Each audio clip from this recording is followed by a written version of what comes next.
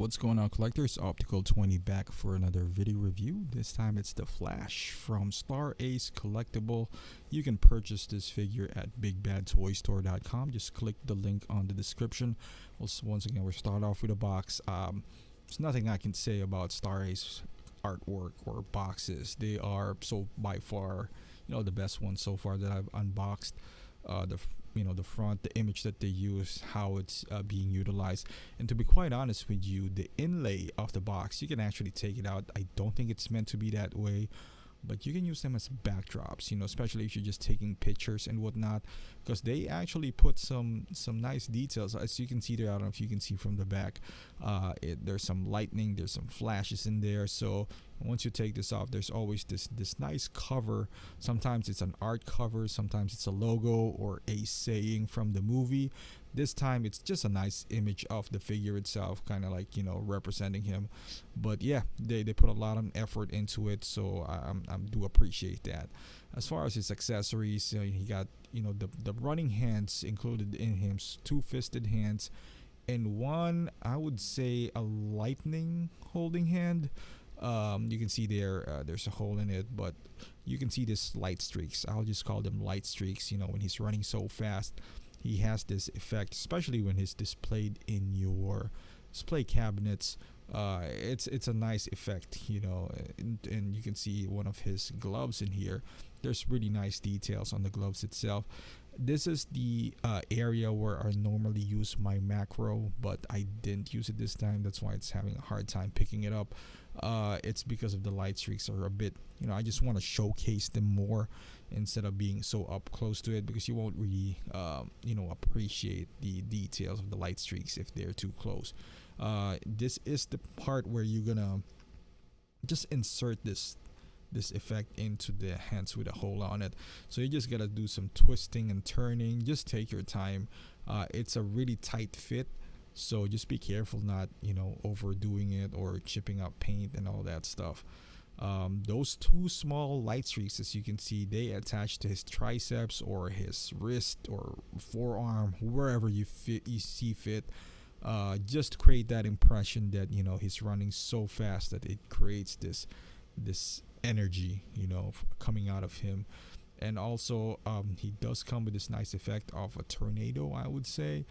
There's no hand to hold these effects, but there is a hole at the end that you can insert just a peg, and what you're seeing now is a mask. So you're gonna use this over his neck.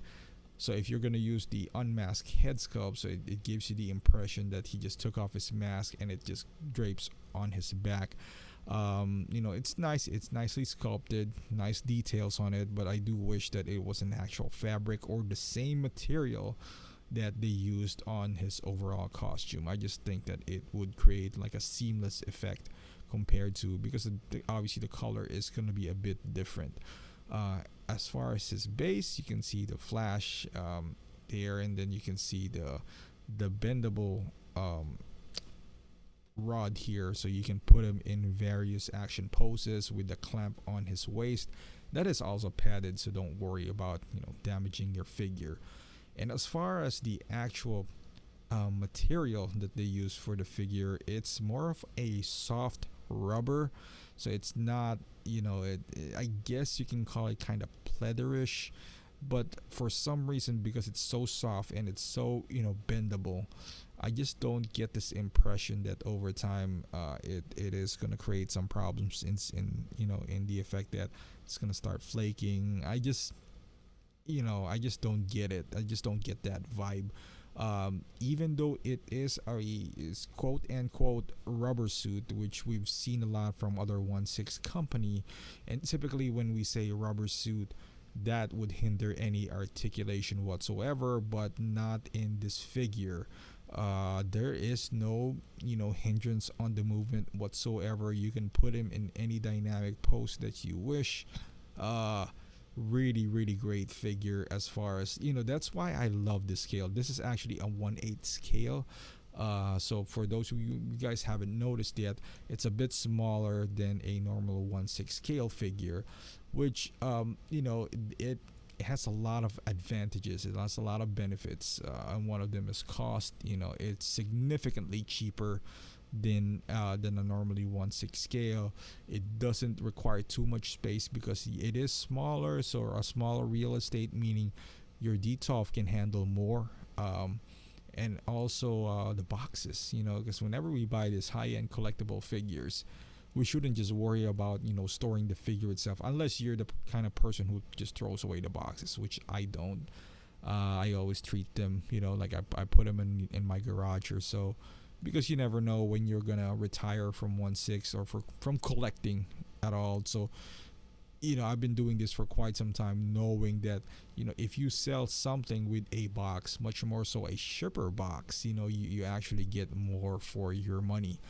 And as you can see here, the actual figure itself. So the boots is sculpted. It does not have any ankle articulation, but you can see the toe has some separation in it.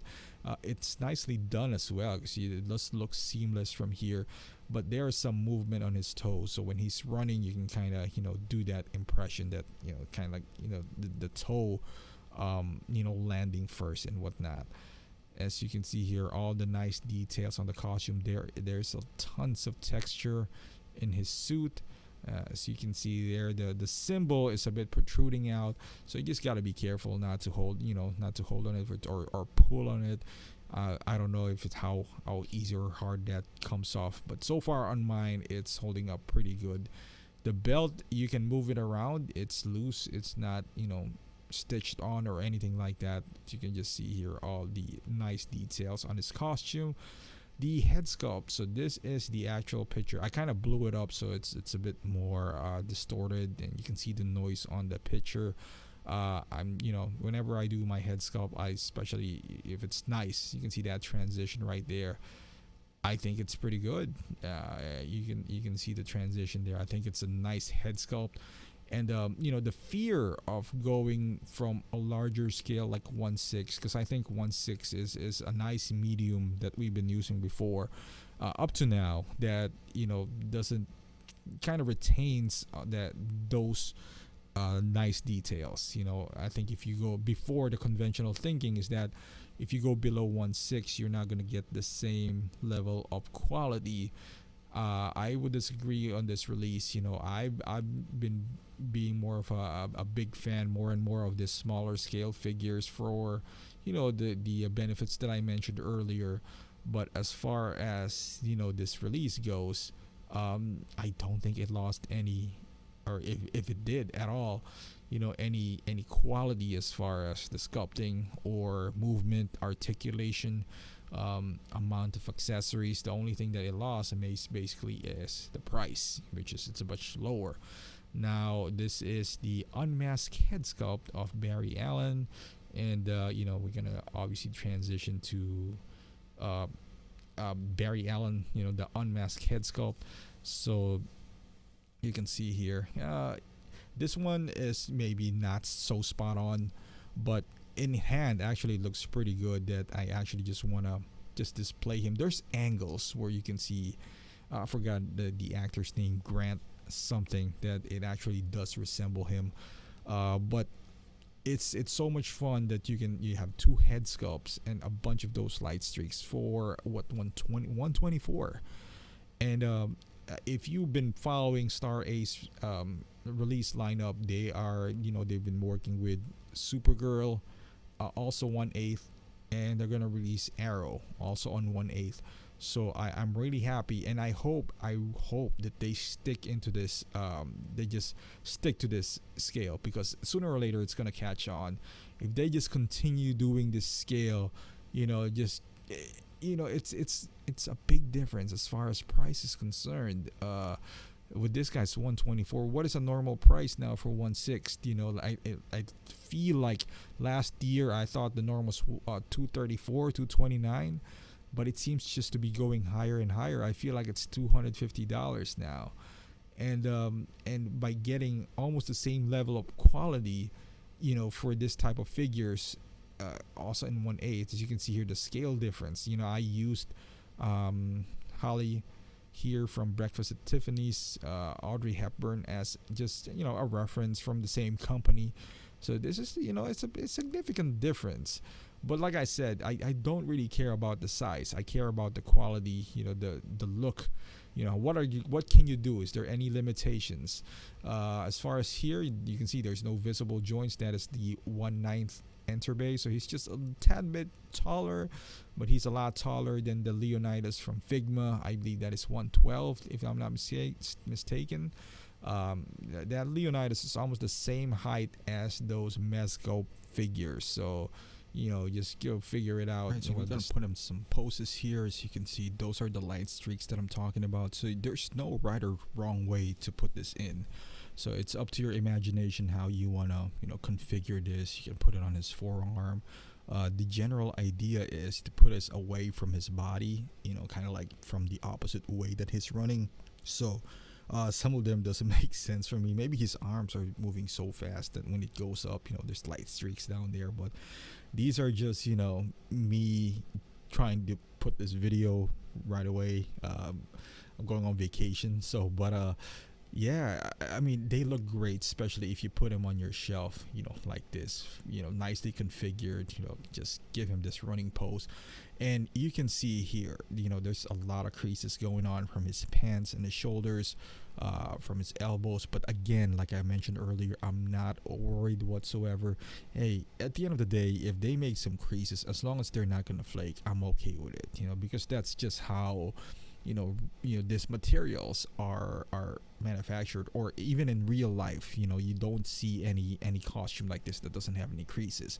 What I do have a problem, however, is flaking and degrading over time, and I just don't feel like it's gonna be the case with this guy. As you can see here, it's just running. There's a lot of poses. If you put him on Photoshop, if just the basic of it, you can give him some blur, light streaks, so it's gonna be a lot of fun. And this one, I feel like he's just I put him in a pose where maybe he's fighting someone, using that energy blast from his his other arm, and this is him jumping. So I utilized the this bendable stand. Don't worry about the one you see in the corner. Now that I mentioned it, it's a cat. It's a cat from Breakfast at Tiffany's that I've been working on. It's actually a nice looking 1/6 scale cat. But yeah, as far as Flash, it's a nice figure, and especially once Arrow comes out, them doing a crossover, and I know Supergirl is also on the horizon. So there's a lot of good things, to watch out for, especially this 1/8 scale. And I really do hope that Star Ace just sticks with their gun, because I've been reading some comments on their Facebook page. A lot of people, this is just human nature. We just try to, if there's something new, they'll be like, hey, I want 1/6, but 1/8 I would say would be the way to go. I never thought I was gonna like Enter Bay 1/9. If you've been following my channel for a while now, I love me some 1/6, but once I got a hold of that 1/9, I was like, hey, this is not too bad. Like I said, if you can maintain the same level of quality and same movement, accessories, it's harder. It's harder to retain that sort of, because your canvas is smaller when we're talking about like smaller figures. And like in 1/6, I think that would be for so long that was the D size, where you can retain nice figures, movability. But don't get me wrong, I have tons of 1/6 figures, and I'm not gonna abandon them anytime soon. But if there is a company, and I'm looking at you, Star Ace, that's willing to transition me into making this figures a bit smaller and fit on my shelf as what you're looking at now. So ideally, this looks cramped. If you put in 3 figures and they're in the oval stand, that looks cramped. And imagine this. I only have 1/8 so far. Look at all the space that you have. And also in the back, maybe you can squeeze in 3, and also because the height is shorter, so you can give them a like a riser from the back. If you go to Hobby Lobby, there's some transparent casing that you can have them stand on, so you have a lot of room. Look at this. This is a 1/6 scale. That's a 1/8 scale. So it's a big difference. And Flash is standing on a platform that is a lot higher than Scarecrow. So as you can see the difference there and the benefits, like this is like the height itself. You have a lot of clearance on top. So look at this. I put in the box. He is on this rotating base, and there's still clearance on top. So you can just imagine if you can put 2 levels in here, because if you do that on a 1/6, it's just not gonna work. They're gonna hit his head on the next shelf. So there you go, guys. This is the Flash from Star Ace, from the TV show from the CW. Great figure, tons of fun, posing it. You're gonna have a lot of fun, when you get this figure. And don't worry about too much about, like his suit. It's gonna hold up. Looks nice from here, and I can't wait for, and I do hope that Star Ace just furthers this lineup of 1/8. I saw Aragorn as well, and I was really excited. So once again, thank you for watching, guys, and if you haven't done so, please subscribe to my channel, follow me on Facebook and Instagram, and I will see you in the next review.